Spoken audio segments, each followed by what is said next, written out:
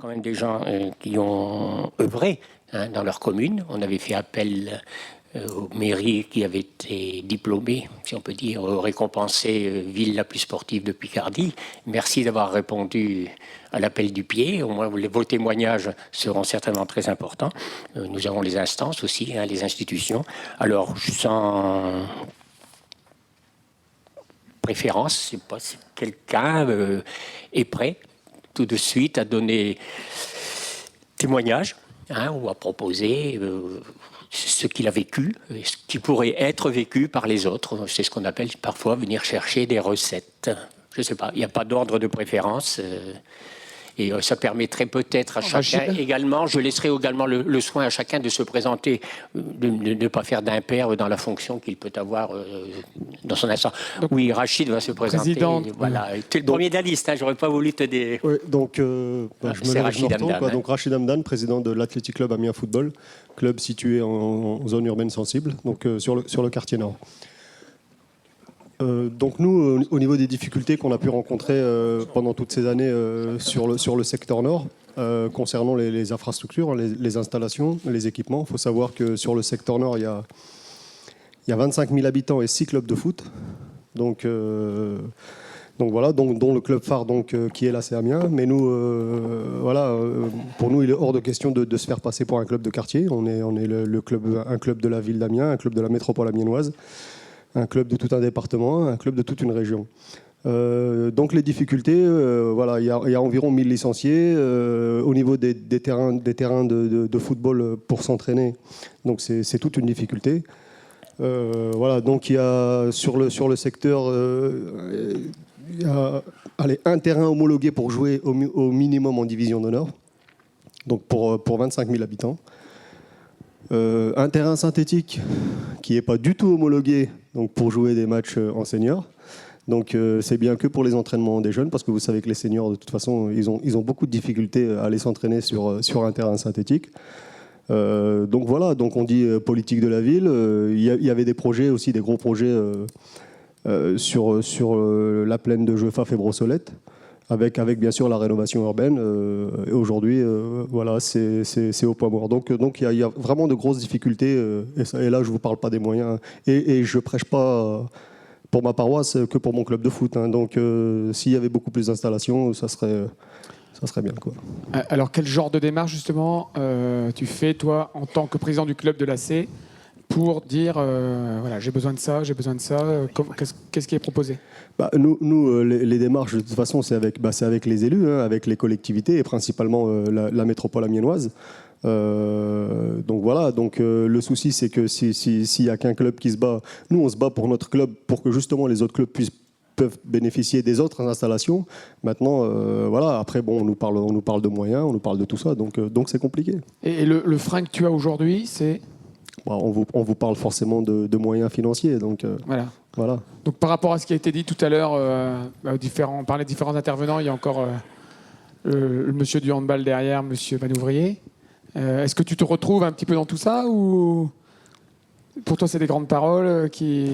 Non, des paroles, je veux dire, on en avait, on va en avoir, on en aura encore. Donc maintenant, il faut étaler toutes les problématiques de tout le monde et puis essayer de faire en sorte que tout le monde ait ce qu'il faut pour pouvoir travailler. On sait que nous, on a beaucoup plus de difficultés, qui sommes dans un quartier sensible. On a beaucoup plus de difficultés d'avoir des moyens, que ce soit financiers, des moyens humains, des moyens de bénévoles. Parce que ce qu'il faut savoir, c'est que nous les parents, ils vous laissent les gamins et voilà. Même les personnes à la retraite dans notre quartier, il n'y a personne qui vient de vous donner un coup de main bénévolement. C'est clair. Est-ce que certaines personnes ressentent la même chose dans d'autres sports? Vous me parliez tout à l'heure du vélo. Effectivement, merci. Je ne suis pas de la ville de Senlis, je m'occupe du comité de l'Oise de cyclisme. Et au niveau de la piste, nous avons une piste à Senlis qui se dégrade. J'ai rencontré l'autre jour l'adjoint au sport chargé de la piste.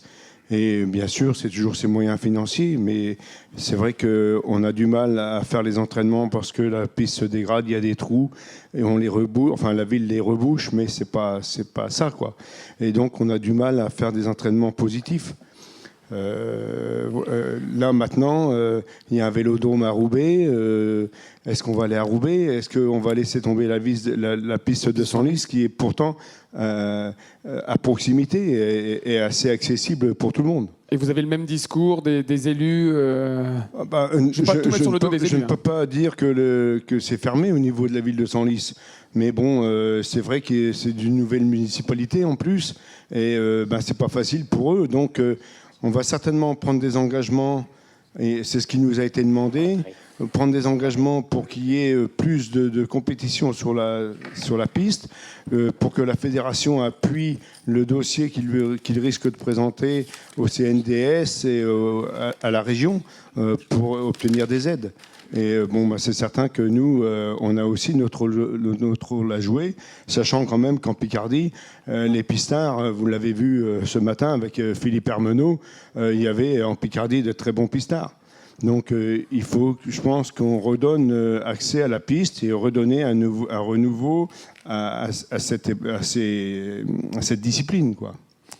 Et est-ce que vous avez une approche justement éco-responsable aujourd'hui dans toute la gestion, que ce soit à l'AC ou au vélo de Senlis? Oui,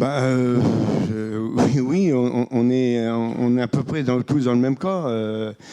C'est difficile, on a du mal à trouver des bénévoles, on a du mal à fidéliser les coureurs, on a beaucoup de mal. Et puis en plus, quand on ne sélectionne pas les jeunes, eh bien on a les réflexions ou les accros des parents. C'est vraiment pas facile. Est-ce qu'on pourrait pas axer plutôt sur les rapports que peuvent avoir justement les associations avec les collectivités locales qui sont vraiment sur les infrastructures, je veux dire. Est-ce que les moyens, le club, c'est vrai, d'avoir les stades, les emplacements pour la pratique du sport, quoi. C'est cela, c'est au point de vue relationnel qui doit être également important.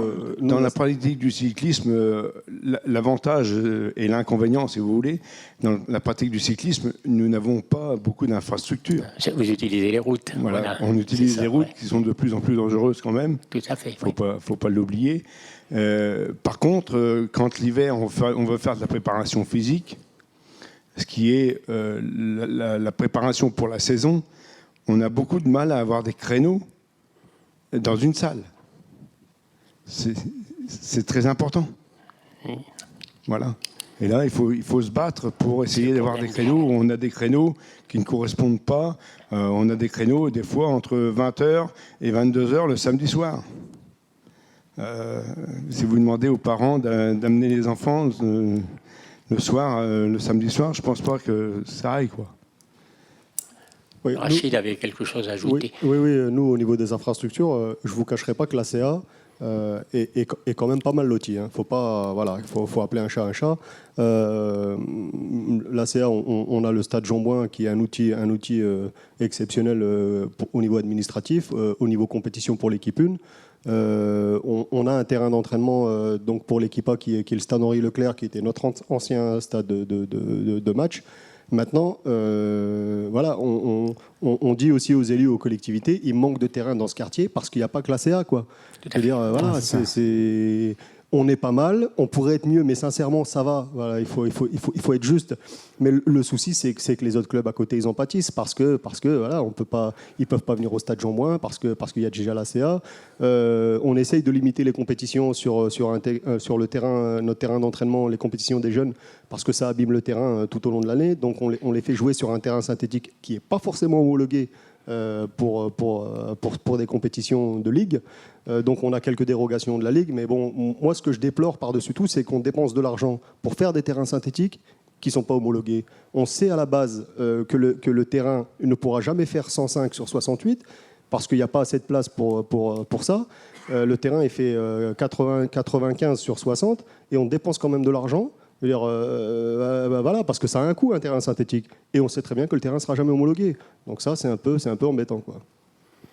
Mais n'est-ce pas une carence de rapport justement entre Tout à l'utilisateur fait. d'un terrain mais- et les fédérations qui, elles, ont des normes à Oui. respecter de jeu. C'est ce qu'on Et disait moi, le tout à l'heure. premier, avant que les travaux commencent sur le terrain synthétique de Gustave Charpentier, qui est situé derrière la piscine de Nautilus, pour ceux qui ne connaissent pas, j'avais dit à certains responsables, et non pas des élus, qu'il fallait faire très attention, qu'il ne fallait pas faire. Il fallait trouver un autre endroit pour faire un terrain synthétique, et au moins avec les distances réglementaires, et au moins le terrain serait homologué. On n'a pas voulu nous écouter, on a fait le terrain, et voilà aujourd'hui, quoi. Et il sert aux autres clubs dans les Il sert- championnats oui, districts? oui, il sert aux autres clubs, surtout il sert aux entraînements. Mais moi, ce que je déplore, c'est qu'un synthétique, il peut très bien servir aux entraînements et en plus à jouer des compétitions Bien sûr. jusqu'en division d'honneur, quoi. Quelqu'un veut intervenir? Est-ce que... Bon, je suis d'accord. Merci. C'est Flixecourt. Flic-secours. Il Voilà. allumait. Il va pouvoir nous dire, justement, Oui. ayant été désigné la ville la plus En tant qu'élu, sportive, je crois bien que vous avez beaucoup de... Bien que je commencerai d'abord par dire que j'apprécie pas beaucoup d'ailleurs les tranches de cake qu'on fait entre les élus, les associations et les parents, parce que généralement, un élu est aussi... merci. Enfin, je prends mon cas. Mais je suppose la majeure partie des gens aussi. Un élu, en principe, appartient à une association, au moins. Hein, et donc, on doit voir la totalité des problèmes. Et ce qui m'étonne un petit peu, justement, dans la construction surtout du synthétique, c'est qu'on ne tienne pas compte, finalement, des utilisateurs. Donc, un terrain coûte cher dans la mesure où il ne rend pas, il n'est pas utilisable à 100%. Donc, ça ne sert à rien de faire un terrain qui ne serve qu'en partie, quoi. Donc, notre politique, nous, de toute façon, elle démarre au niveau des écoles. Toujours. C'est le point de départ. Dans la mesure où j'ai pu, en tant qu'enseignant, m'apercevoir que quand on mettait un enfant dans une association ou dans le sport, généralement, il y restait plutôt que de traîner dans les rues lorsqu'il devenait ado. Donc, c'était notre première démarche, en quelque sorte. Après, il fallait qu'il y ait des liens, des passerelles entre les écoles et les associations. Donc, on a fait en sorte que ce soit les mêmes personnes qui interviennent au niveau des écoles et au niveau des associations, ce qui fait que l'enfant n'était pas perdu et il pouvait continuer. Et ça a porté ses fruits parce que depuis le temps qu'on le fait, à Flixecourt, par exemple, on a la plus grande école de basket du département, voire de la région. Parce que, justement, les animateurs du basket sont venus faire des activités dans les écoles. Donc ça, c'est le point de départ. Alors quand tout à l'heure, j'entendais qu'on faisait la distinction entre école et association, non, c'est pas l'un ou l'autre, ce sont les deux, et créer des liens, des passerelles de façon à ce que ça puisse faire une communauté. Hein, parce que la communauté, quand on est écolier, on est aussi intervenant ou utilisateur d'une autre façon. Alors nous, la démarche qu'on a lorsqu'on construit quelque chose, c'est d'abord de réunir les personnes qui vont les utiliser pour demander leurs besoins. Et une fois qu'on a défini un cahier des charges, on essaie de trouver l'argent nécessaire pour sa réalisation. Et là, donc, on va à la pêche au niveau du département, de la région, de l'État. C'est le cas à l'heure actuelle pour la patinoire synthétique qu'on voudrait construire l'année prochaine. Pour situer Flixecourt, c'est combien d'habitants? Alors Flixecourt, c'est un peu plus de 3000 habitants, quoi. C'est en évolution, mais on remonte à l'heure actuelle, mais c'est moins de 3500 habitants. Hein. Voilà. Donc oui, on a participé au concours de la commune la plus sportive parce que en voyant ce qu'il y avait dans les autres villes de notre catégorie et les gens qui venaient chez nous étaient surpris par rapport aux installations qu'il y avait. Mais on ne fait pas des installations pour faire plaisir à un élu ou pour flatter l'ego d'un maire. Mais pour la population, comme l'a dit la conseillère générale, ça appartient au peuple. Et la commune n'est simplement que le lien, la courroie qui permet la réalisation. Donc c'est elle qui a le pouvoir, mais pour les autres, en quelque sorte. Ce qui fait que je ne sais plus ce que j'allais dire. Parce que j'ai noté beaucoup de choses et j'aurais pu intervenir à chaque fois que quelqu'un parlait parce que je ne me reconnaissais pas. Je me reconnaissais pas du tout dans la mesure où on n'est pas du tout au même niveau. Quand on parle au niveau d'une ligue ou au niveau d'une grande commune et au niveau d'une petite commune, au niveau d'une petite commune, les associations, les élus, les parents se retrouvent souvent. Et il y a des liens qui permettent justement une facilité d'utilisation et de progression, disons. Et les équipements viennent... nous, on a construit des équipements pour satisfaire les nombreuses associations qui étaient présentes à Flixecourt, hein, et non pas le contraire. Alors, on essaie parfois d'impulser certaines pratiques, mais tant qu'il n'y a pas de relais local et bénévole, hein, parce que c'est toujours ça aussi qui commence, hein, puisque on parlait du handball tout à l'heure, on a essayé plusieurs fois de recréer une équipe de handball à Flixecourt, puisqu'il en existait une auparavant. Ça s'est soldé par un échec, parce que justement, il n'y avait pas de relais. Alors, je crois que si on veut le faire, il faut commencer au niveau des écoles, au niveau du collège, pratiquer le handball et après pouvoir déborder en quelque sorte hors temps scolaire. Pour les utilisations, j'ai été surpris, moi, d'entendre qu'il pouvait y avoir des gymnases vides. Hein, parce que je fais le planning tous les ans et je m'arrache les cheveux chaque année pour essayer de placer le maximum d'associations dans les différentes installations sportives dont on dispose. Et en plus, on a la chance quand même d'avoir un gymnase intercommunal. Mais comme je suis président aussi, ça facilite quelque peu l'échange et puis le classement de la totalité. Donc les créneaux, et quelle que soit d'ailleurs l'importance des équipements dont on dispose, ça n'est jamais suffisant, parce que si on fait des équipements de qualité, automatiquement les clubs augmentent. Et le nombre de pratiquants augmentant, il faut des créneaux supplémentaires. Et puis on évite déborder. Et c'est ce qui se passe par exemple pour le tennis, dans la mesure où on avait fait 2 cours couverts. Il y a beaucoup de gens qui, l'année suivante, le nombre d'adhérents a explosé. Bon, ça se calme un petit peu après, mais disons que c'est une des difficultés. C'est ce qui s'appelle être victime de son succès. Et une chose aussi dont on parlait, c'était la responsabilité. Bon, la commune, quand elle fait, la commune, quand elle fait, je déballe mon sac et puis après on pourra peut-être revenir sur différents points. Quand on fait un équipement sportif, je prends un exemple concret. Par exemple, on a fait un mur d'escalade. Les élus ne sont pas là pour gérer les établissements et les équipements sportifs. On n'a pas de personne non plus, donc on fait une convention. Et en quelque sorte, la mairie reste propriétaire et responsable du bon état et des normes, en quelque sorte, de la responsabilité. Et c'est l'association qui, après, gère cet équipement. Ça facilite le travail de tout le monde et ça donne moins de travail à tout le monde. Et il y a une satisfaction plus importante que lorsque l'on veut, en quelque sorte, tout gérer d'un bureau. C'est pas possible.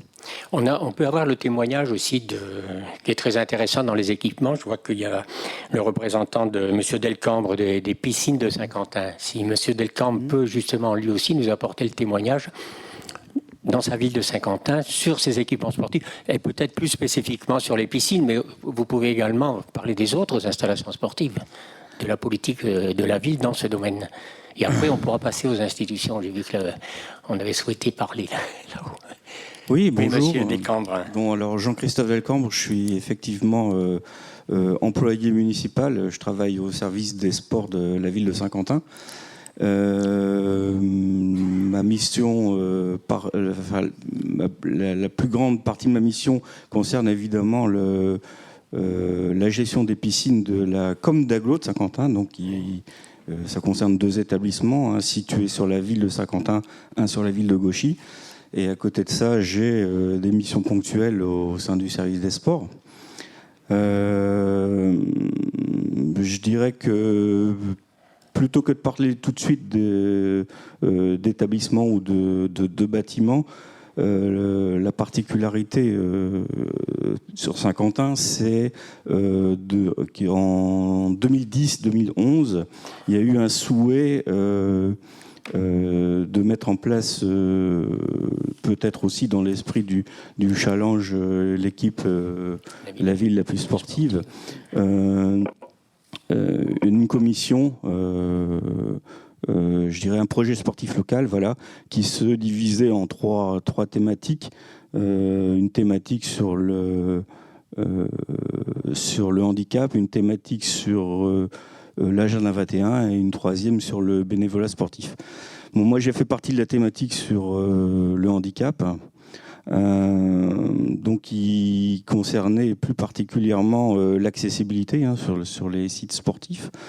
Bien sûr, on va bien impliqué dans les piscines, puisque c'est mon domaine, mon premier domaine d'action.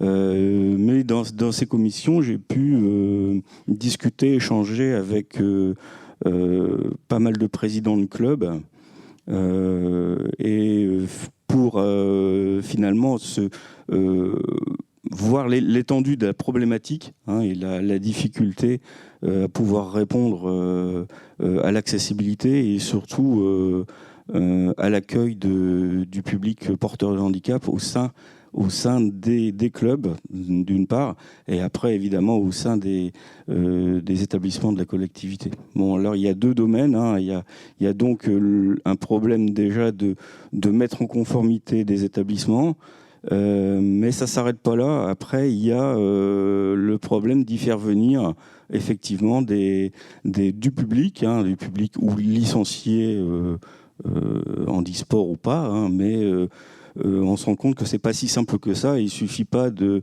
mettre un bâtiment accessible, d'y mettre un ascenseur ou d'y mettre de le rendre aux normes pour qu'il soit forcément fréquenté par du public porteur de handicap. C'est très la problématique, elle est beaucoup plus large que ça. La plupart des clubs se posent beaucoup de questions sur leurs responsabilités, sur les compétences de leurs éducateurs, dans les encadrements. Enfin voilà, il y a tout un domaine qui a émergé là, plein de questions qui ont émergé, auxquelles on n'a pas forcément trouvé de réponse. L'idée, c'était de mettre en rapport et en lien la collectivité, les clubs, le CNDS ou toutes les gens qui étaient en capacité de subventionner, d'aider. Mais au-delà de ça, c'est un chemin très long, très long, et on essaye d'y progresser, mais à petits pas. Alors, si on parle plus précisément des bâtiments des piscines, alors voilà, les piscines, ce sont d'anciennes piscines. Sur Saint-Quentin, il y a eu la base de loisirs qui s'est ouverte il y a très peu de temps, qui est un nouvel établissement. Donc, dans ces établissements-là, évidemment, la conception de l'accueil, elle y est faite à l'origine, donc ça pose pas de problème. La grosse difficulté, c'est de mettre aux normes des bâtiments plus anciens. Si on prend la ville de Saint-Quentin, une piscine qui a été construite en 81, donc qui répond déjà difficilement aux normes d'accueil au niveau d'hygiène, comme il y a pieds chaussés, pieds déchaussés. Il est évident qu'après, au niveau du handicap, il y a eu pas mal de phases de travaux pour essayer d'accueillir tout type de public porteur de handicap. Nous, la méthode qu'on a essayé de mettre en place, c'est d'être proche du public. Alors là, je m'éloigne un peu du sport et des fédérations sportives. Je suis plus dans le domaine public, à questionner les gens, à savoir quel était leur souhait, au-delà de la réglementation définie pour l'accueil. Pour donner un exemple, on est en train de travailler sur le remplacement de serrures et de portes de casier dans les vestiaires. On a mis une serrure à disposition du public d'une manière générale pour qu'il atteste, qu'il nous donne notre avis, mais on a fait venir une présidente d'association de personnes malvoyantes pour qu'elle donne son avis, qu'elle essaye et puis qu'elle nous donne son avis si c'était vraiment un type de produit adapté ou pas, au-delà de la technicité qui était, je dirais, dans le cahier des charges de la société qui vendait la serrure, quoi. Voilà, on essaye de travailler avec les gens sur le terrain, de prendre leur avis, oui. Monsieur Dupré, qui est représentant de la jeunesse et des sports, qui avait souhaité intervenir un petit peu avant que vous parliez de votre petit problème. Ok, merci. Monsieur Dupré, oui. Juste intervenir, je vais volontairement me faire l'avocat du diable un petit peu et parler non seulement en tant que conseiller d'animation à la direction régionale, mais également en tant qu'éducateur et dirigeant d'un club. Pas en région Picarde, certes, mais je pense que c'est la même chose. Alors, j'entends bien que chacun va un peu prêcher pour sa paroisse. Le nageur va dire on n'a pas assez de piscine. La personne du handball va me dire on n'a pas assez de gymnase pour pratiquer le handball. Le basketteur va me dire la même chose. Le cycliste, que je suis aussi encore de temps en temps, va me dire j'ai pas assez de vélodrome. On a encore assez de routes, fort heureusement. Voilà, donc chacun va un peu prêcher pour sa paroisse à ce niveau-là, ce qui est tout à fait légitime et humain. Néanmoins, maintenant, chacun va vouloir avoir son équipement, enfin un équipement du moins adapté à sa pratique, afin d'essayer d'augmenter concrètement le volume de pratique et son nombre de licenciés au final. Or, si je m'en tiens à une étude qu'on a réalisée pendant l'année, qui a pu vous être distribuée tout à l'heure à l'entrée, concernant la pratique sportive des Picards et leur volonté, le manque d'équipements sportifs n'arrive qu'en 6e ou 7e position, pour expliquer le manque de pratique. Donc, déjà, première chose, peut-être faudrait-il s'interroger, savoir si effectivement le manque d'équipements, ou du moins le fait d'avoir de nouveaux équipements supplémentaires, contribuerait réellement à augmenter la pratique et donc par voie de conséquence à augmenter le nombre de licenciés. J'en reviens à ce que quelqu'un d'autre disait tout à l'heure. On voit qu'il y a énormément j'ai une autre collègue qui s'occupe du recensement des équipements sportifs. On voit que la Picardie est malgré tout, alors, relativement, faire attention à ce que je dis, mais relativement richement dotée en équipements sportifs, je parle de manière globale, de par le fait du nombre important de communes qu'il existe. Il y a plein, que ce soit de terrains de pétanque, de cours de tennis ou je ne sais quel autre équipement qui sont sous-utilisés. Donc là, encore une fois de plus, est-ce qu'il est réellement important de recréer de nouveaux équipements alors qu'il y en a déjà peut-être 10 km à côté qui ne sont pas utilisés ? Après, il y a des questions d'éloignement par rapport aux sites de pratique qui peuvent se poser. On parlait de créneaux horaires tout à l'heure. Je suis bien conscient aussi que, effectivement, surtout pendant l'hiver, en ce qui concerne les gymnases, à un moment donné, va y avoir embouteillage. Mais il y a également d'autres équipements qui vont pouvoir proposer des créneaux horaires. Après, se pose le problème de la mobilité. Effectivement, les gens dans une commune ne vont pas vouloir forcément se déplacer, mais alors que peut-être 5 km ou 10 km à côté, il y a un équipement qui pourrait être disponible. Donc je pense que là aussi, il y a un travail important à faire au niveau des ligues ou des comités départementaux, voire même au niveau des clubs, pour se coordonner, faire peut-être aussi cet état des lieux des équipements qui pourraient être disponibles, et puis essayer de se coordonner déjà à l'intérieur d'une discipline, par exemple. Monsieur Manouvrier. Oui, désolé de reprendre la parole, mais ce que vous venez de dire est très très important, puisque nous, la Fédération française de handball, on a mené une enquête récemment grâce à l'APELS, je pense que vous devez connaître, c'est l'Agence pour l'éducation par le sport, et il s'avère que l'accès aux équipements n'est pas un problème pour multiplier ou pas la pratique. C'est pas ce que les licenciés demandent, ou en tout cas ce que ceux qui aimeraient faire du handball demandent. Le sujet, il n'est pas sur forcément de nouveaux équipements. Sur certains territoires, on en a besoin, mais ce n'est pas la problématique centrale et nationale. La problématique, elle est sur la rénovation de l'existant, qui permet aux équipements d'être de véritables lieux de vie pour que des dames, on l'a vu ce matin en atelier, les femmes de famille, les mères d'enfants puissent pratiquer en faisant en sorte que leurs enfants soient gardés proches de l'équipement ou au sein de l'équipement, etc., etc. Vous voyez, c'est pas tant un problème de création d'équipement que de rénovation de l'existant, de mise en conformité par rapport à un besoin social nouveau. Donc je confirme. Oui, et après, on passera, s'il vous plaît, aux représentants du Conseil régional et général.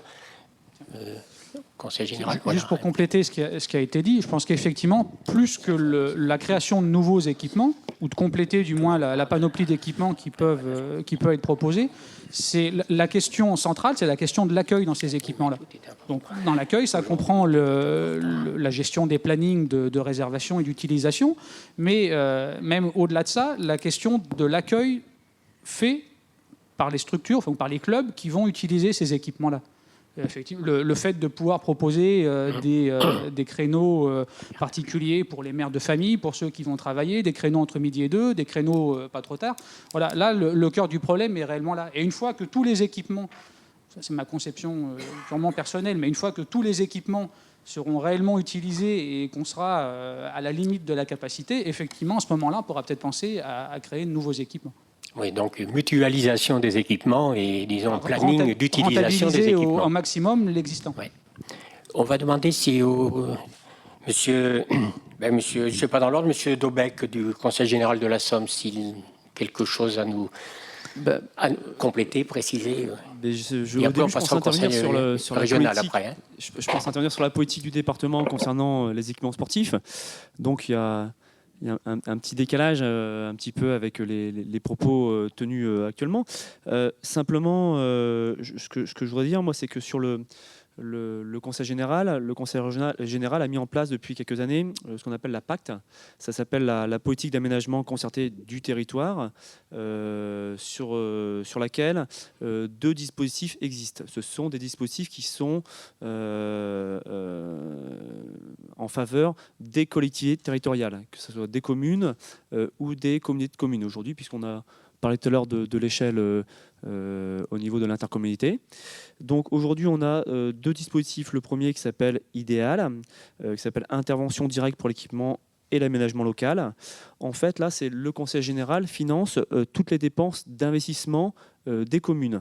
Alors, les modalités de financement, il y a une assiette éligible en fonction du nombre d'habitants par commune et voilà, qui peuvent aller de 50 000 euros d'aide jusqu'à 120 000 euros d'aide. Alors, du coup, j'ai des petits exemples sur ce. C'est ça qui est important, c'est que vous sachiez à quoi ça sert. Donc, par exemple, on a la commune de Varlois-Baillon, alors aménagement des terrains de sport de la commune, où le Conseil général a financé 3 000 euros. On peut avoir l'achat de buts de football, on a une aire de jeu polyvalente, à Saint-Riquier, on a eu création d'un terrain de football annexe, on a également, par exemple, installation d'un filet par ballon au terrain de football. Voilà, c'est les communes où les habitants sont peu nombreux, en fin de compte, le Conseil général, dans le cadre du dispositif Idéal, aide ces collectivités. Le deuxième dispositif qui est beaucoup plus important, et je crois que l'adjoint au maire de Flix-Secours le connaît, c'est le CIDT, c'est le contrat d'investissement département-territoire. Alors là, en fin de compte, il y a deux phases. La première phase, c'est qu'il y a une élaboration d'un projet de territoire, c'est-à-dire qu'on fait un diagnostic territorial, on détermine à l'appui de ce diagnostic les enjeux de développement pour les territoires. Ensuite, on arrête ensemble les orientations stratégiques sur l'avenir, entre 5 et 10 ans. Vous voyez comme on se projette. Et ensuite, sur cette base, on définit un plan d'action à court ou moyen terme. Une fois qu'on a déterminé ces objectifs, en fin de compte, on va partir sur la phase de financement qui peut atteindre jusque 25% du coût de l'équipement. Alors là aussi, je vais vous donner des exemples concrets d'investissements qui ont été réalisés par le Conseil général dans le cadre du CIDT. On a par exemple un plateau multisport à Bocage, à la communauté de communes du Bocage-Alu. Poix de Picardie, plaisir un élu ici, on a aménagement du terrain de Longue Pomme et de ses abords, par exemple. Tout à l'heure, le maire adjoint de Fixecourt parlait de la patinoire synthétique. Voilà, par exemple, 230 000 euros, 230 000 euros, grosso modo, ont été alloués par le département sur l'équipement. Donc, le Conseil général a surtout une politique d'accompagnement et surtout d'accompagner en maîtrisant les enjeux des équipements. Alors ça c'est une partie des enjeux, mais il y a des investissements beaucoup plus lourds. Par exemple, on a les gymnases. Alors aujourd'hui, sachez que le Conseil général a une politique également d'aide pour les gymnases qui sont en lien avec le sport scolaire, donc en gros les collèges, puisqu'aujourd'hui le Conseil général est propriétaire seulement d'un seul gymnase sur le département, celui de Doulan, et qu'il y a également un schéma des gymnases et équipements sportifs qui a été mis en place. Et en fin de compte, je reprends juste les grandes priorités, parce que c'est un document que vous pouvez retrouver sur le site du Conseil général, d'ailleurs, qui est très intéressant, où il y a un véritable diagnostic. C'est de combler le déficit en équipement sportif multisport nécessaire à l'enseignement de l'EPS dans les collèges de la Somme. C'est favoriser le renouvellement d'installations multisports, puisque dans le diagnostic qui est fait dans ce document, on se rend compte que quand même, il existe... en nombre, on a 148 salles multisports dans le département, 250 salles des fêtes ou salles des fêtes ou salles polyvalentes, puisque des fois on a des activités, par exemple du judo, ça se fait dans la salle polyvalente, et qu'aujourd'hui 50% des gymnases de la Somme ont été construits ou réhabilités depuis 2000. 18% des gymnases ont plus de 35 ans d'ancienneté sans avoir connu de travaux lourds. Donc voilà, donc on parlait un petit peu de la réhabilitation. Donc aujourd'hui, il est important, en effet, de renouveler un petit peu notre parc sportif, mais en prenant en considération les besoins. Autre aménagement lourd, les piscines. Sachez que depuis maintenant 2 ans, il existe un plan piscine sur la réhabilitation ou la construction des piscines, puisqu'aujourd'hui on a 18 piscines dans le département et que c'est pareil.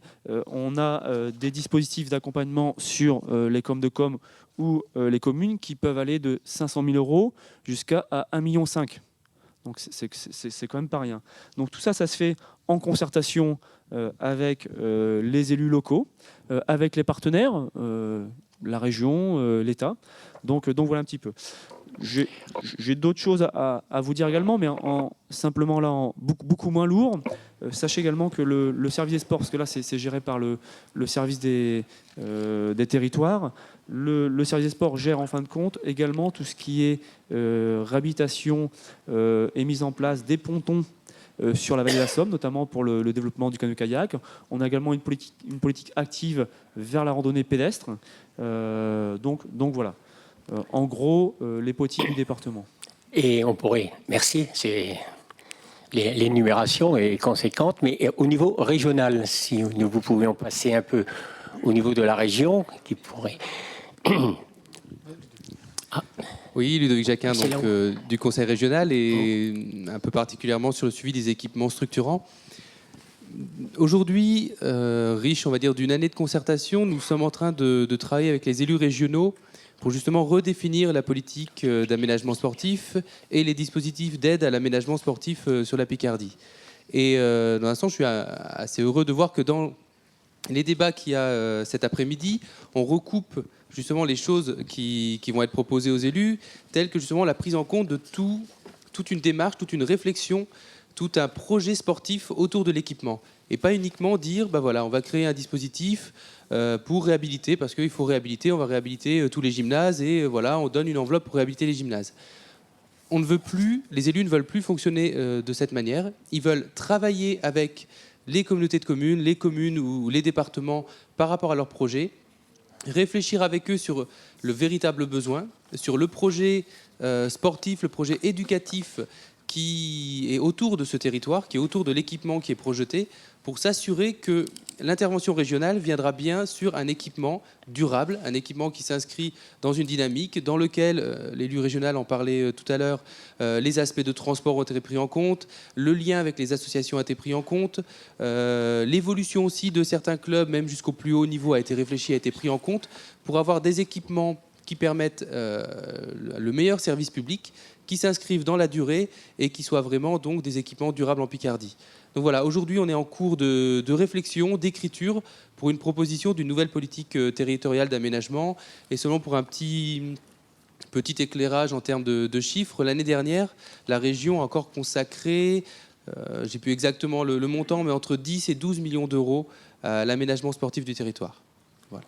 Eh bien, écoutez, voilà, c'est une bonne transition puisque nous devons passer après au développement durable, mais voilà, on vous prend en intervenant et après nous passerons à Alain Jeunesse et Sport. Alain Nédélec. Philippe Bloquet de la direction régionale Jeunesse et Sport. Il se trouve justement que je suis en charge des subventions de dossiers d'équipement. Vous m'entendez ? Donc je remercie le Conseil régional et le Conseil général de ce brillant exposé sur les financements, mais je ne voudrais pas qu'on puisse penser que l'État n'intervient pas, en l'occurrence le CNDS. Simplement pour vous dire qu'on travaille en bonne collaboration avec la région et le département, notamment dans le cadre des commissions territoriales du CNDS qui sont installées chaque année. Au cours de ces commissions territoriales, il y a une part équipement. Donc on reçoit des demandes de subventions soit des communes, soit des collectivités en général, voire même des associations pour la création ou la rénovation d'équipements, voire pour la mise en accessibilité aussi pour les personnes handicapées. Et siègent donc à cette commission territoriale des représentants du Conseil général, des représentants du Conseil régional, de l'État et les communes, etc. Donc on débat durant ces commissions de l'opportunité ou non de financer ces équipements. Et effectivement, on a de bons échanges entre la région et le département pour savoir avant tout qui met quoi. Parce que le problème du maître d'ouvrage, il nous présente un plan de financement qui n'est que prévisionnel. Il fait une demande de subvention, il ne sait pas s'il l'aura et il ne sait pas quelle hauteur. Alors, le plan de financement effectivement prévisionnel est toujours suspendu aux décisions de chacun. Or, il est quand même important de savoir, par exemple, si la région va financer ou pas, parce que si l'État finance, et la réciproque est vraie, hein, si l'État finance un équipement et le département finance un équipement, mais que, par exemple, je dis bien par exemple, la région ne le finance pas parce que ce n'est pas inscrit à son programme, parce que ça ne correspond pas à ses priorités, le maître d'ouvrage va se trouver dans une position où il va avoir deux subventions, une du département, une de l'État. Mais comme il n'aura pas eu sa troisième subvention, il sera peut-être en difficulté pour réaliser cet équipement. Alors au bout du compte, l'équipement, il est possible qu'il ne se réalise pas, mais les arrêtés de subvention ont été pris pour l'État et pour le département, pour un équipement qui ne verra jamais le jour, et c'est de l'argent gelé, qui ne bénéficie pas à d'autres projets qui auraient pu être mis en place. Donc ça, c'est dommage. Donc cette commission territoriale en 2011 et 2012, d'abord je rappelle pourquoi elle a été créée, parce que précédemment, tous les projets montaient au national, même les projets les plus petits, bien qu'il n'y ait jamais de petits projets. Donc tous ces dossiers montaient au niveau national. Le niveau national avait un petit peu de mal à faire le tri dans ce qu'il était souhaitable de financer ou pas, parce que c'était un petit peu déconnecté de la réalité du terrain. Donc pour cela, on a créé les commissions territoriales. On a une enveloppe qui n'est pas énorme, hein. L'année dernière et cette année, c'était la même. C'est un petit peu plus de 425 000 euros, répartis en deux sous-enveloppes. Une pour l'accueil des jeunes scolarisés, c'est-à-dire la création ou la rénovation d'équipements destinés à accueillir les jeunes scolarisés, c'est-à-dire les jeunes de moins de 20 ans, en dehors du temps scolaire. Et en dehors du temps scolaire, ils sont accueillis par des associations qui bénéficient de cadres formés. Donc ça, c'est pour l'initiation, la pratique, éventuellement même l'entraînement, la compétition. Ensuite, il y a une deuxième enveloppe qui n'est pas fongible avec la première, peu plus de 195 000 euros pour les équipements situés en zone sensible ou quartier en difficulté. Donc là, on répond à des exigences qui sont un petit peu moins rigides, de manière à pouvoir offrir aux jeunes des quartiers défavorisés des équipements qui soient à leur disposition, si possible avec des encadrants, et le plus souvent aussi en accès libre. J'ai 2 exemples en tête, là, 2 dossiers qu'on a traités en début de semaine. Je pense à Méru, le quartier de la Nacre. Hein, on a accepté de financer 2 city-stades pour proposer aux enfants des activités et au moins un milieu où ils puissent s'exprimer. Et je peux vous dire que nous, on est des administratifs, mais on va aussi sur le terrain. J'y suis allé.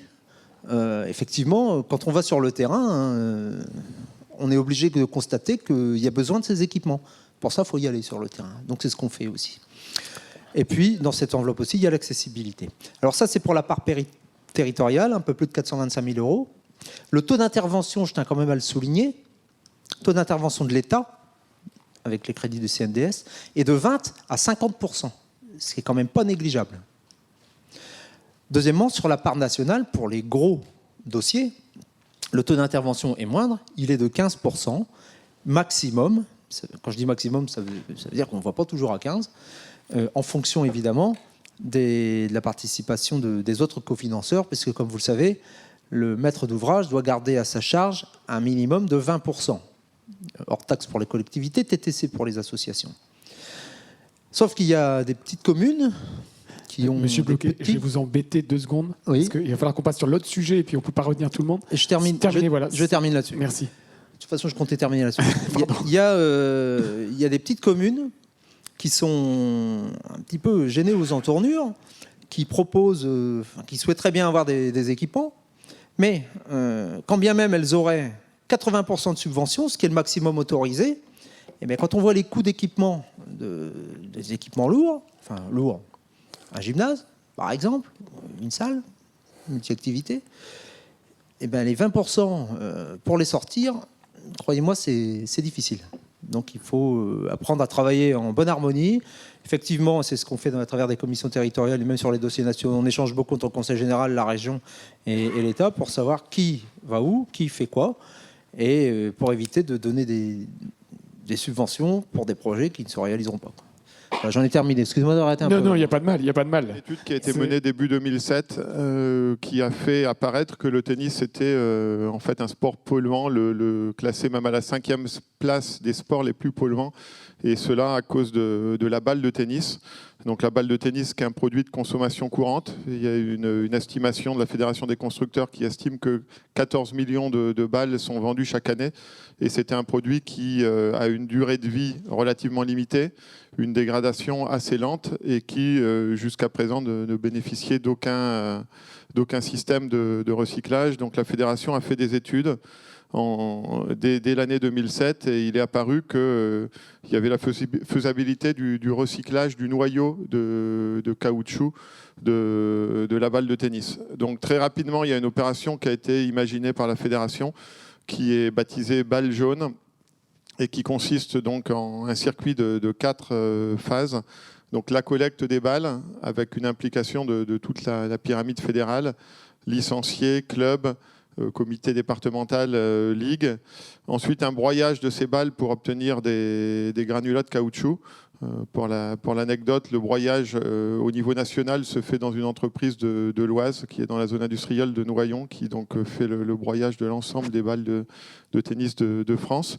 Et ces granulats de caoutchouc sont ensuite utilisés pour réaliser des sols sportifs souples, donc type, pour les spécialistes de l'athlète, type tartan, et qui sont donc réalisés non pas pour faire des cours de tennis, mais pour mettre à disposition des sols multisports pour des actions sociales, des centres de rééducation pour enfants, etc. C'est dommage que je n'ai pas de support diaporama parce que j'aurais pu vous montrer en images un certain nombre d'images à la fois de la collecte, puisque nous mettons à disposition de tous les clubs des cartons de stockage qui permettent de stocker 500 balles avec des visuels spécifiques pour sensibiliser les licenciés. Et puis que derrière, il y a une mobilisation de tout le réseau, en essayant aussi, pour faire remonter ces balles, de limiter les déplacements.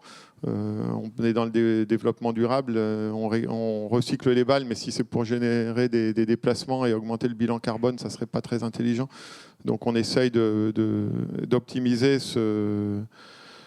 ces remontées de balles. Alors, quelques chiffres, 40 000 balles de tennis, ça permet de constituer 1 tonne de granulats de caoutchouc et de réaliser un sol sportif de 100 mètres carrés.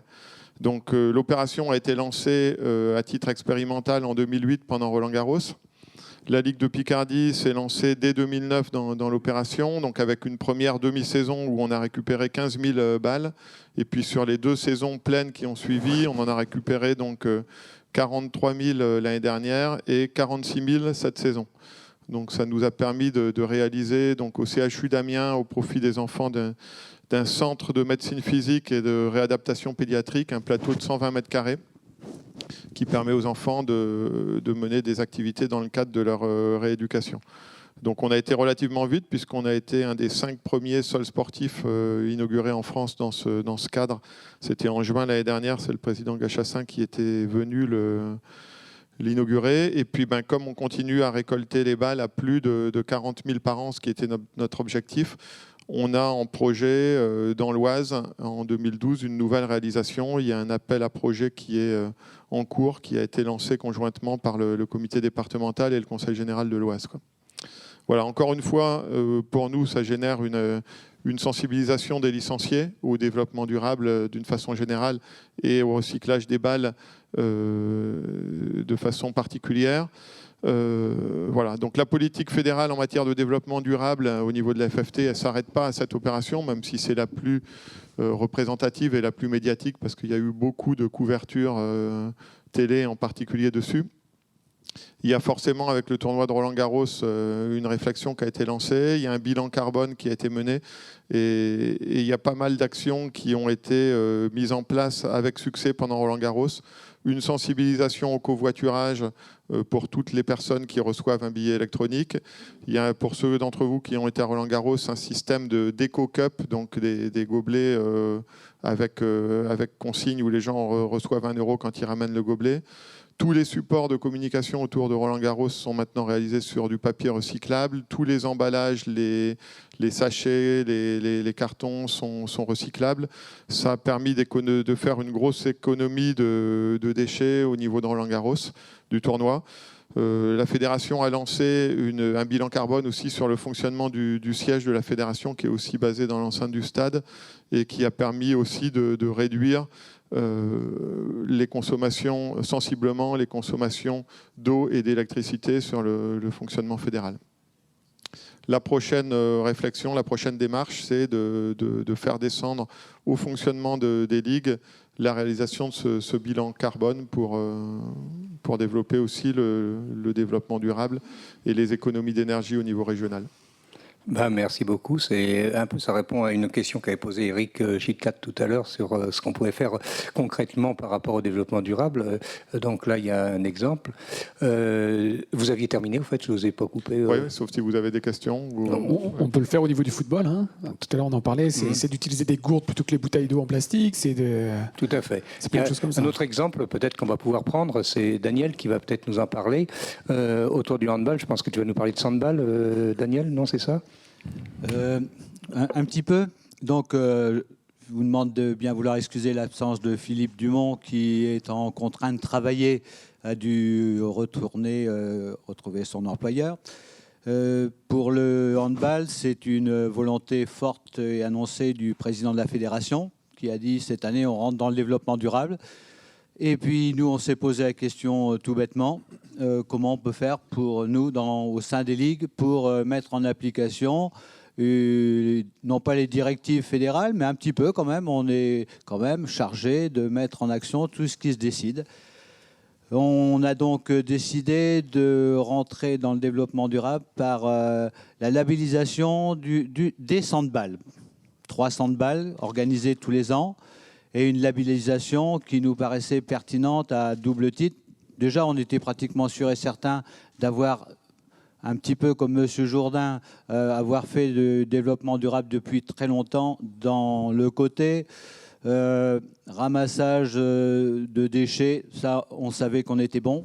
Mais à la lecture du document, un document assez lourd, ça nous a permis quand même de réfléchir et non pas de réorganiser notre projet, mais nous amener à réfléchir dès l'année prochaine à créer une nouvelle charte de développement durable avec des volets gouvernance et administration. Ça, on avait un petit peu, depuis quelque temps, réfléchi là-dessus.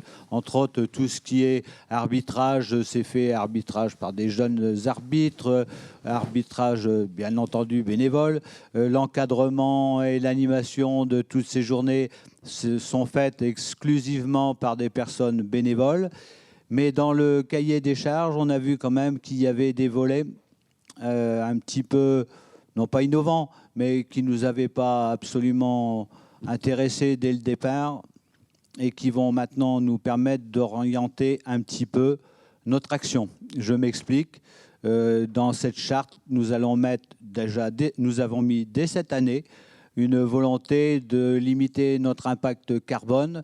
Nous irons planter des arbres dès novembre, à la belle saison pour planter des arbres, pour compenser l'impact carbone. Et suite à la lecture et au travail qu'on a pu mener sur ce document du sport s'engage, l'agenda 21, le sport s'engage pour un meilleur avenir futur, enfin l'avenir grosso modo c'est futur, pour un meilleur avenir, nous avons dans le cadre du projet fédéral un petit peu localisé, nous allons travailler sur les secteurs et mettre en place non pas des championnats, mais des rencontres sportives limitées à un secteur. Ce sera donc des impacts de déplacement moindres et beaucoup moins de fatigue, donc une activité physique qui sera certainement beaucoup moins impactante, aussi bien pour la couche d'ozone que pour la fatigue de nos jeunes pousses, et ça, on y tient absolument. Nous étions déjà depuis très très longtemps pour y avoir travaillé à son élaboration dans le système Gestant. Là, je vais faire un petit peu de promotion pour notre discipline. C'est un système fédéral des plus performants. Tout se fait par informatique. On n'a plus de courrier à envoyer, les désignations d'arbitres, tout passe par l'informatique, les résultats sportifs, tout, vraiment, aucun support papier. C'est vraiment une invention extraordinaire avec des résultats immédiatement accessibles. Celui qui veut veiller un petit peu, à 2 h du matin, il peut avoir tous les résultats. Pas seulement des grosses divisions, mais ça va aussi du championnat honneur départemental. Tout le monde est impacté par cette réforme.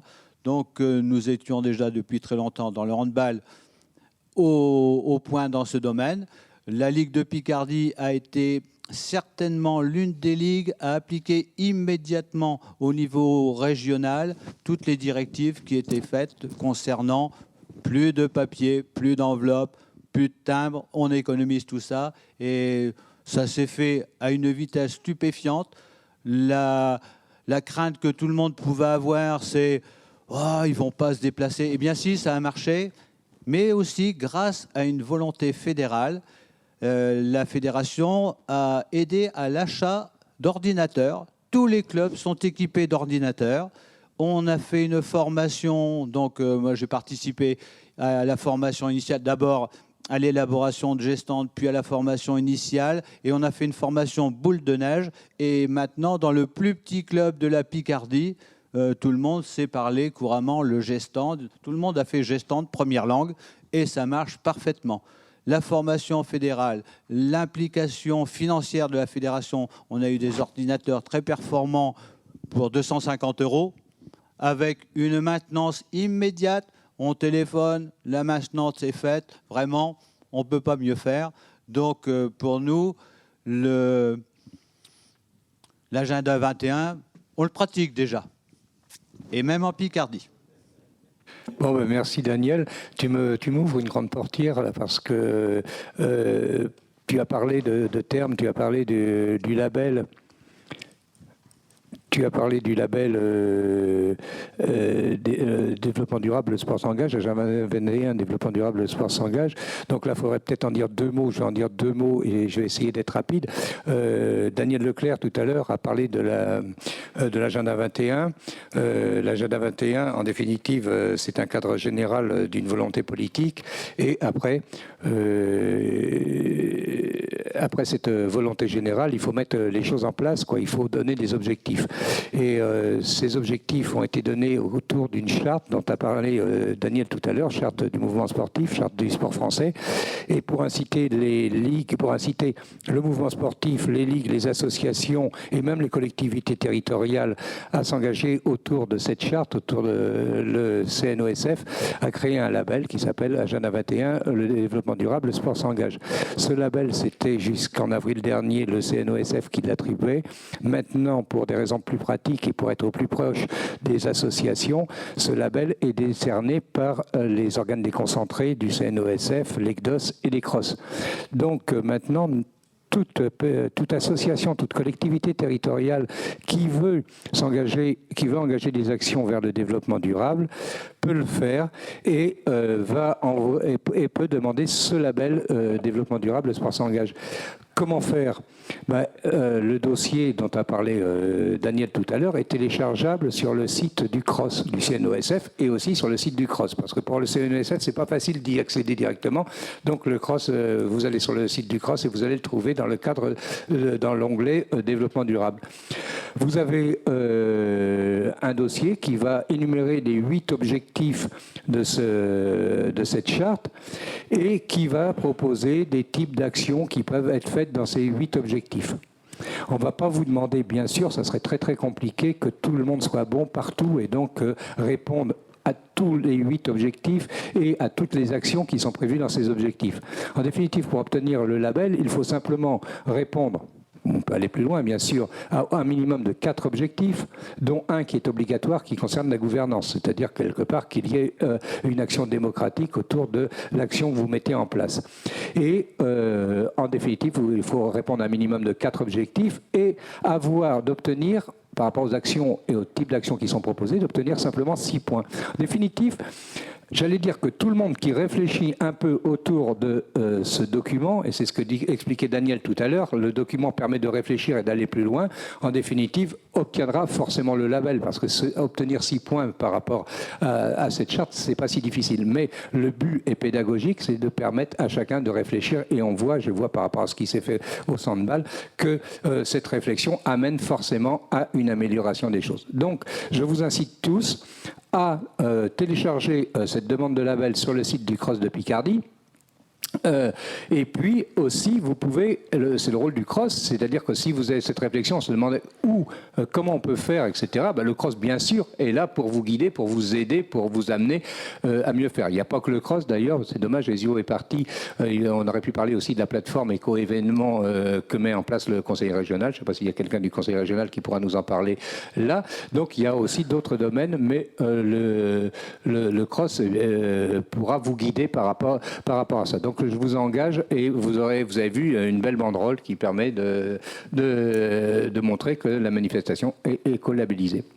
Je ne veux pas aller plus loin parce que le temps s'engage. J'ai vu que Xavier souhaitait avoir la parole. Je vais lui passer la parole avant de donner quand même peut-être à Jérôme qui nous parlera des co-conditionnalités par rapport au CNDS. Hein.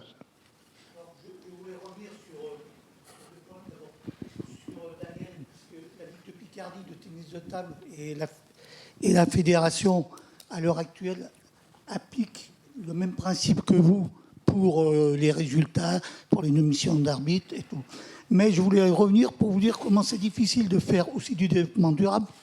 Alain le sait, puisqu'on avait commencé sur un projet avec M. Jean.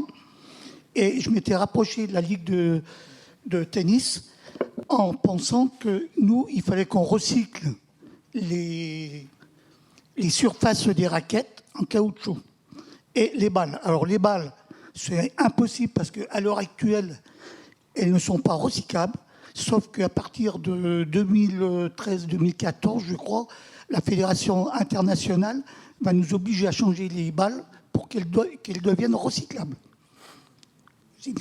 Et quand je me suis rapproché au début du tennis, je pensais bien faire. La Ligue de Picardie de tennis de table, que je représente, était la première à faire ça. La fédération ne l'avait jamais fait.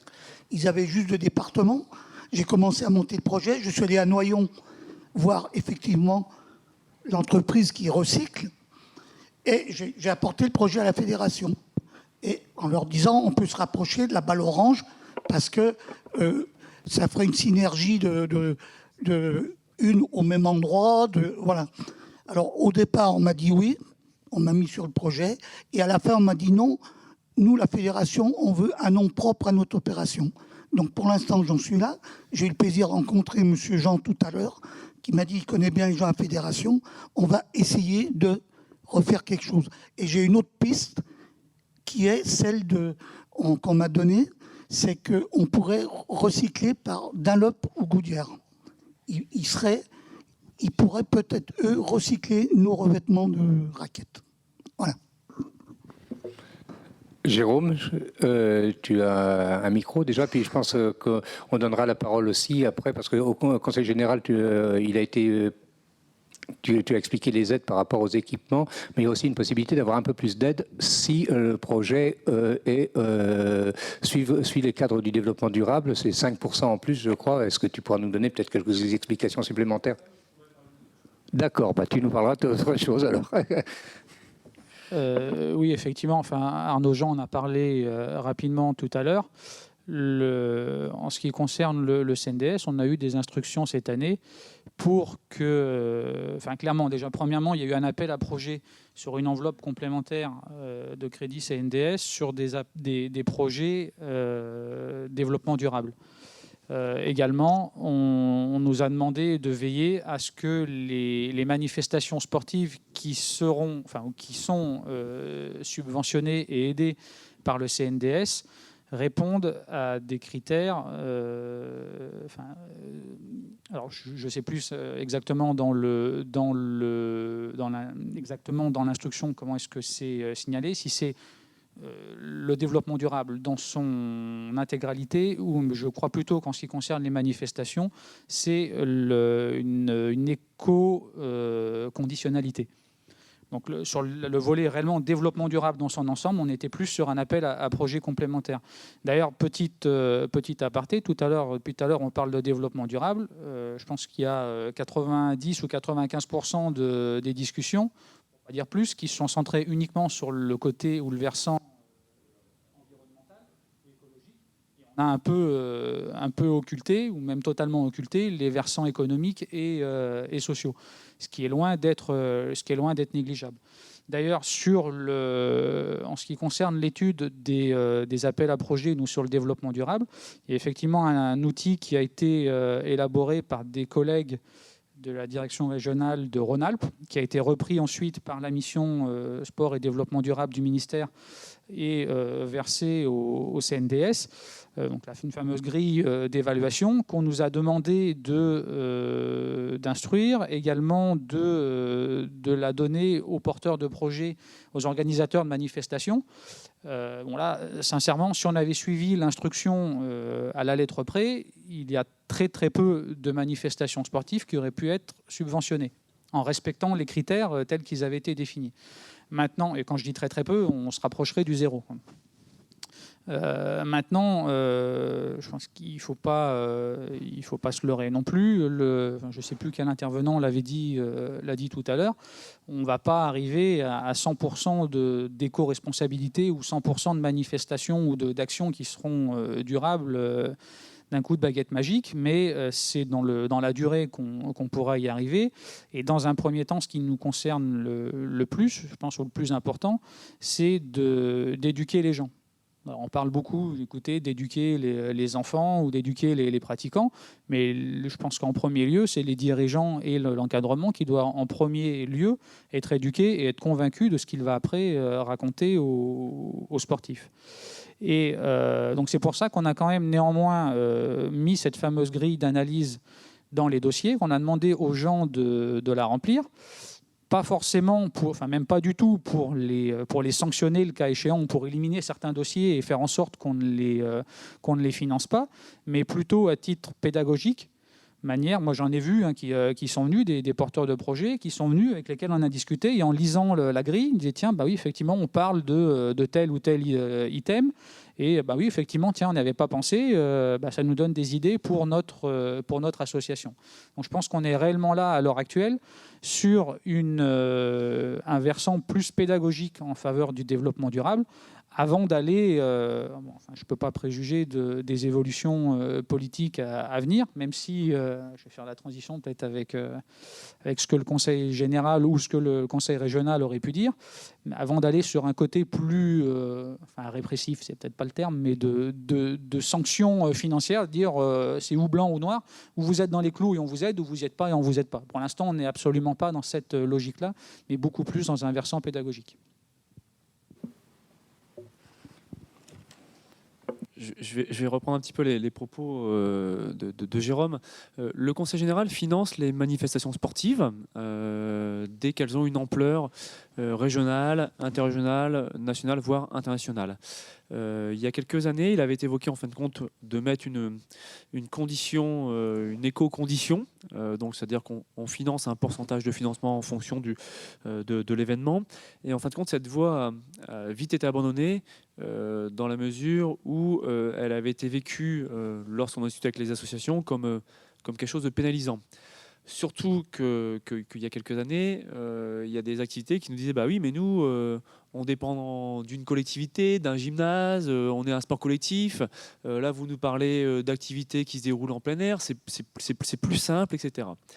Il y avait également aussi une volonté politique d'aller tout doucement sur le terrain, mais de faire attention pour pas qu'on ait l'inverse, c'est-à-dire qu'au lieu d'inciter à créer des événements, que les associations soient découragées.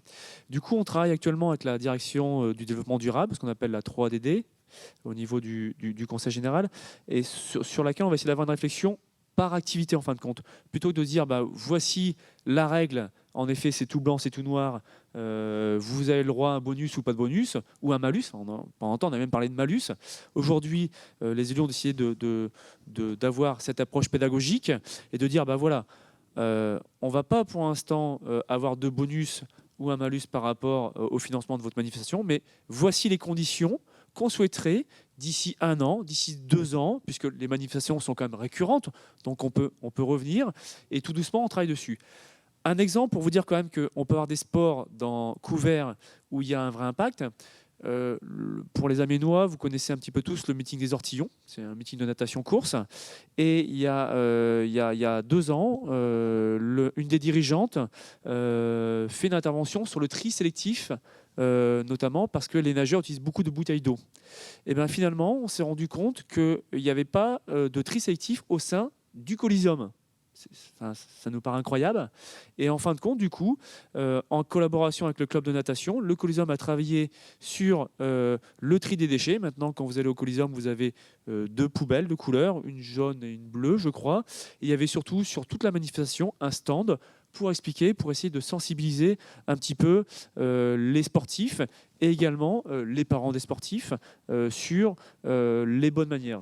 Jérôme disait tout à l'heure éducation. Je pense qu'avant tout, on est éducateur, on est dirigeant parce qu'on veut éduquer. Et je crois que c'est important, c'est de transmettre quelque chose. Donc à un moment, il faut transmettre les bons messages concernant le sport. Alors, dernière chose également sur le développement durable. Tout à l'heure, c'est vrai que le développement durable, ce n'est pas simplement la donnée environnementale, c'est également une donnée sociale et une donnée économique. Sur le volet social, par exemple, dans le cadre de sa politique de randonnée, le Conseil général met dans les marchés, puisqu'on passe des marchés avec des sociétés, notamment sur le balisage, une clause, par exemple, d'insertion. C'est-à-dire qu'aujourd'hui, les gens qui doivent baliser les chemins de randonnée, ce doivent être, par exemple, des gens d'insertion. Ça, c'est également une donnée du développement durable. Le volet social est également très important. Allez-y, on conclura avec vous comme ça. Juste pour faire la transition, le lien du moins avec ce qu'on a dit précédemment sur les équipements, je pense que depuis tout à l'heure, en fin de compte, alors je ne sais plus qui, c'est Daniel tout à l'heure qui disait que, comme M. Jourdain, on faisait de la prose sans parler de la prose, mais depuis tout à l'heure qu'on parle des équipements, cette notion de développement durable, sur ces 3 volets, j'entends bien, enfin, depuis tout à l'heure, on en parle en fait. Parce que quand on va construire un équipement ou un bâtiment, quel qu'il soit, effectivement, on va se dire, tiens, dans quelle zone est-ce qu'on va se construire? Si c'est une zone Natura 2000, enfin, dans quelle zone naturelle ou pas on va le construire? Quel type de matériaux on va utiliser? Quelles entreprises on va choisir pour faire le bâtiment ou faire ces équipements? En choisissant des entreprises locales, forcément, là, on est en plein dans ce volet social et dans ce volet économique. Quand on parlait d'utilisation du bâtiment tout à l'heure, ou de l'installation plutôt, savoir quelle population va pouvoir venir pratiquer, utiliser ce bâtiment. Ludovic, tout à l'heure, disait, je ne sais plus les termes exactement, mais de faire une étude locale, savoir réellement l'impact que l'équipement va pouvoir avoir sur la population locale. Là, je pense qu'on est au cœur typiquement du développement durable. Et quand on parlait également, je crois que c'était le monsieur du handball qui en parlait, d'utilisation des créneaux horaires, voilà, permettre d'avoir des créneaux horaires ou des aménagements du moins faits pour certains utilisateurs, pour les femmes, pour les enfants, pour les personnes âgées. Voilà, on est en plein au cœur de ces problématiques-là. Très bien. Alors, je pense qu'on a fait à peu près le tour, et puis surtout, après, vous allez peut-être devoir rentrer dans vos familles. Je vous laisse conclure, messieurs. Oui et non, puisque tu es l'animateur général. Alors on va faire la semi-conclusion, quoi, pour rappeler, déjà dire merci et nous excusez-nous si on a pris du retard, mais c'est vrai que nous avions le petit intermède. Est-ce que la ministre a été honorée de notre présence à tout sport, ou est-ce nous qui avons été honorés de cet intermède, hein? Allez, on va dire que c'est réciproque, hein. Donc merci quand même d'avoir patienté et d'avoir poursuivi les travaux avec nous cet après-midi, hein, que ce soit les témoins, les participants et même les messieurs qui sont venus de loin. Je vois que monsieur Manouvrier est reparti, mais il doit avoir un problème de train, c'est ça, hein, probablement, hein. Donc merci à nos intervenants qui sont déplacés. Merci à vous tous qui vous êtes déplacés d'Amiens, de la Somme et de la Picardie, puisque nous avons quand même des Picards. Bon, je rappelle que demain matin, nous serons encore ici à Devailly avec une thématique qui porte cette fois sur sport et tradition, le passé, ce qui perdure, et aussi nous aurons sport et innovation, c'est-à-dire les nouvelles pratiques.